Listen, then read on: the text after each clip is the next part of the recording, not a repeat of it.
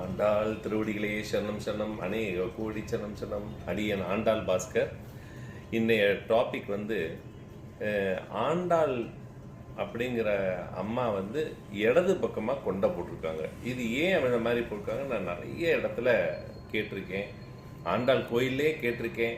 எனக்கு சரியான பதில் கிடைக்கல. ஆனால் என்னுடைய தியானத்தின் மூலியமாக நான் அறிந்தது, எந்த ஒரு ஆத்மாக்களும் இந்த உலகத்தில் பிறந்தவங்க இறைவனை அடைவதற்காக நாம் சந்திரக்கலை அப்படிங்கிற இடது பக்கமாக செயல்பட வேண்டும். முதல்ல இடது பக்கம் நம்ம அதிகமாக செயல்படுத்த ஆட்டோமேட்டிக்காக வலது பக்கம் செயல்படும், சூரியக்கலை செயல்படும். அப்போ இடது பக்கத்தை உயர்த்தி காட்ட வேண்டும் அப்படிங்கிறதுக்காக தான் ஆண்டாள் அந்த இடது பக்கமாக கொண்ட போட்டிருக்காங்க.